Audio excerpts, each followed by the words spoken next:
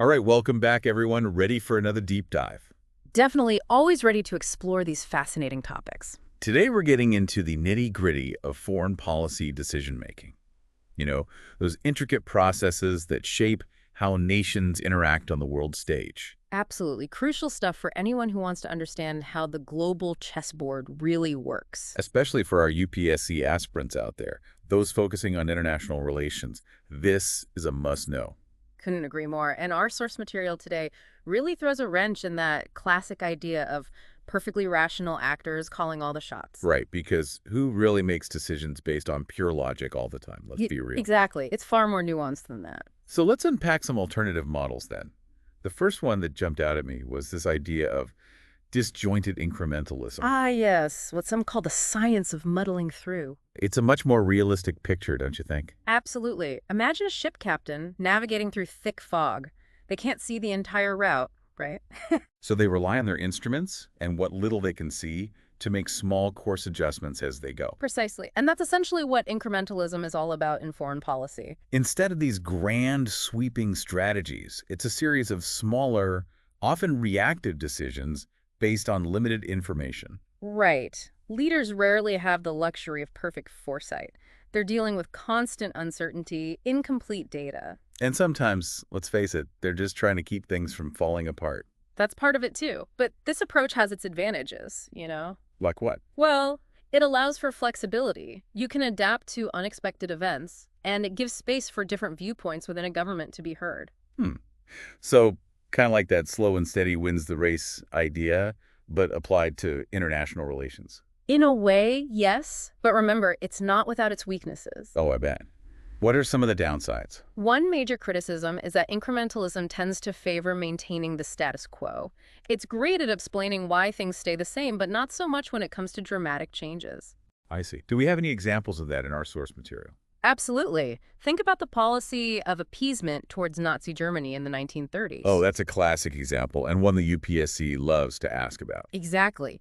You could see appeasement as a series of incremental concessions, each seemingly small at the time. But in the grand scheme of things, it was a massive failure that contributed to a catastrophic war. Precisely.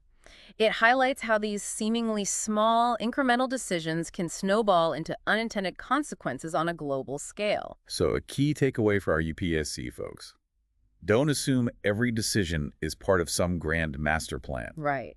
Analyze events through different lenses, consider the context, and remember that sometimes things just happen. Now, shifting gears a bit, let's zoom in on the inner workings of governments themselves. Ah, yes. This brings us to the bureaucratic organization models. Specifically, the organizational process and bureaucratic politics models. And our source uses the Cuban Missile Crisis as a case study, which is fascinating. It's not exactly the most thrilling topic at first glance, I'll admit, but I have a feeling there's more to it than meets the eye. Oh, definitely. Allison's work on the Cuban Missile Crisis was groundbreaking. It really challenged the assumption that these high-stakes decisions are purely the product of a single rational mind. So instead of focusing on individual brilliance, we need to consider the whole machinery of government. Exactly. Think of it like a giant, intricate clock. Each department and agency acts as a gear or spring, playing its own part. With its own function, its own internal culture, its own little world, right? Precisely. And all those elements combined influence how information flows, how options are framed, how decisions are ultimately made. Okay, I'm starting to see how things could get interesting, especially if different departments have conflicting priorities. And they often do. Our source mentions this idea that where you stand depends on where you sit. It's a key insight. Your perspective and policy preferences are often shaped by the specific agency or department you're a part of. During the Cold War, for instance, you often saw a clash between the Department of Defense, focused on military strength, and the more diplomatic approach of the State Department. Ah, so it's not just about what's the best decision in some objective sense, but also about navigating those internal power dynamics. Exactly. The final decision is often the result of bargaining, compromise, and sometimes even outright power struggles between different actors. It's making me think about my own experiences navigating large organizations. Maybe there are some universal truths about human behavior at play here. It's certainly possible. But while these models are insightful, it's important to remember their limitations as well. Like what? Well, they can sometimes downplay the role of a strong individual leader. A president with a clear vision and political will, for example, can sometimes override bureaucratic inertia. Like George W. Bush and his war on terror. Yeah. That was very much driven by his personal convictions, and it really reshaped U.S. foreign policy. Exactly. And these models can also downplay the impact of external factors, things like the actions of other countries or global economic trends. Which are totally beyond the control of any single government, let alone a specific department. Precisely. Still, understanding these bureaucratic dynamics is crucial, especially for those preparing for the UPSC. Because it helps explain why a good idea on paper doesn't always translate into effective policy in practice. Exactly. There's always a gap between theory and reality. So we've got individuals muddling through, bureaucracies battling it out internally. It's starting to feel like foreign policy is this giant game of chess with all these hidden players and motivations. And speaking of hidden players, let's talk about the role of perception in shaping those moves on the chessboard. Ah, yes. This brings us to the cognitive processes and belief system models. These models really highlight how even those striving for objectivity don't operate in a vacuum. Their pre-existing beliefs, their values, even unconscious biases all act as filters. It's like we're all wearing these invisible glasses that color our perception of the world. Exactly. And our source material has some striking examples of how this can lead to misperceptions and flawed decisions. Oh, yeah. Like what? Well, there's the case of Anthony Eden, the British Prime Minister during the Suez Crisis. Right. He viewed Egyptian President Nasser as a second Hitler. Wow. Which led to that disastrous military intervention. Yeah, not a great outcome. Not at all. And then there's the U.S. misjudging Castro's intentions in 1959. Seeing him solely through that Cold War lens. Exactly. It wasn't necessarily deliberate deception in these cases, but genuine misinterpretations shaped by their existing beliefs. This makes me think of groupthink. It's that whole thing where a group trying to maintain harmony ends up suppressing dissenting views. Oh, absolutely. Groupthink can be a major pitfall in foreign policy. That desire for consensus and loyalty, it can stifle critical thinking. And even when doubts exist, people might not speak up for fear of rocking the boat. Exactly. Which can reinforce biases and prevent those in power from considering alternative perspectives. It really makes you wonder how many historical blunders could have been avoided if those in charge had been more open to different viewpoints. That's a good question for sure.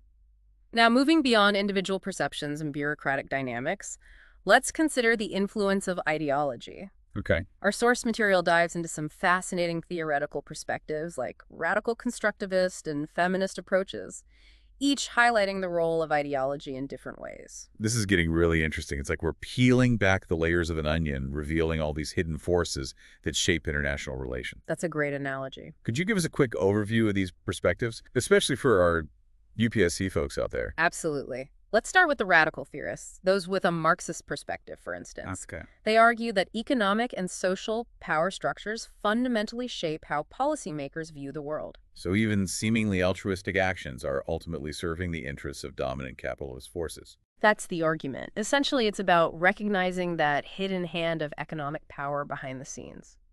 Interesting. So what about the constructivists? What's their take? Well, they focus on the power of ideas and identities. They argue that national interests aren't fixed and objective, but constructed through shared beliefs and values. So it's not just about territory or resources, but also about how a nation sees itself on the world stage. Exactly. It's about those underlying narratives and identities. And finally, we have the feminist perspectives in international relations. Right. They emphasize how gender dynamics and male-dominated power structures influence global politics. How policies can perpetuate gender inequalities even when framed in seemingly neutral terms? It's a crucial reminder that who's making the decisions and what assumptions they bring to the table really matters. Absolutely. So we've covered a lot of ground today, from individuals muddling through to bureaucracies battling it out internally. Perceptions shaping reality. And now the often overlooked but powerful influence of ideology. It's like foreign policy is this giant kaleidoscope constantly shifting, revealing new patterns. And studying these models gives us the lenses to analyze that kaleidoscope, right? Exactly, to make sense of the complexity and see those hidden connections. And that's what a deep dive is all about. We're not just skimming the surface, we're going deep, uncovering the structures and dynamics that shape our world. We've explored 4 main decision-making models today. Right. Incrementalism, The science of muddling through, as they call it. And those bureaucratic organization models where internal dynamics and organizational culture really shape things. And of course, the cognitive processes and belief system models all about the power of perception. And let's not forget that often overlooked but super influential role of ideology. Right. Ideology really can't be ignored. Not at all. And for our UPSC folks, these models are so much more than just abstract theories. Yeah, they're practical tools for analyzing those historical events. Understanding current affairs, even predicting future developments. Exactly. Imagine you're facing a complex foreign policy scenario in your UPSC exam. You can use these models to break down the situation. Identify those key players, figure out their motivations. See the potential biases at play, and even anticipate the likely consequences of different actions. It's not just about memorizing facts. It's about developing that analytical mindset that the UPSC examiners are really looking for. And for anyone who wants to be a more informed citizen of the world, these models are incredibly valuable. They give you that framework for understanding why nations act the way they do. Why conflicts erupt and why finding solutions is rarely simple. It's about recognizing that there's rarely a single easy explanation for any major event on the world stage. Right. It's understanding the interplay of personalities, bureaucratic interests, cultural perceptions, and deeply ingrained ideologies. It's really fascinating stuff once you start digging into it. It is. And even with these models in mind, we have to remember there's always an element of unpredictability. For sure. Human behavior, even at the highest levels of power, doesn't always fit neatly into these theoretical frameworks. That's true. It's a humbling thought. But it also means learning is a continuous process. Absolutely. So as you study international relations or even just follow the news, keep these models in mind, but also stay open to new information, new perspectives. Because you might need to adjust your understanding along the way. The world is constantly changing after all. It is. The best we can do is equip ourselves with the tools to analyze those changes, make sense of the chaos, and hopefully contribute to a more peaceful and just world. Well said. So as we wrap up this deep dive into foreign policy decision-making, we hope you're leaving with a renewed sense of curiosity about the world. And a deeper appreciation for those intricate processes that shape it. We've explored a lot today, from individuals muddling through to the complexities of bureaucracies. From the power of perception to the lasting influence of ideology. And we encourage you to keep exploring, keep questioning assumptions, keep seeking out different perspectives. And keep applying these models to the events unfolding around you. Because in a world overflowing with information, the ability to think critically and connect the dots, that's what truly matters. Whether you're preparing for the UPSC or just trying to understand the news, the insights we've discussed today can be your guide. They can help you navigate that complex and constantly changing landscape of international relations. And who knows, maybe one of you listening will be a future diplomat or policymaker using these very models to help shape a more peaceful and just world. That's a fantastic thought to end on.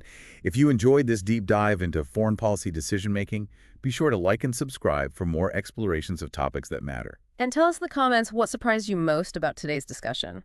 What insights are you taking away with you? We always love hearing from you. Until next time, keep those minds sharp and those perspectives open.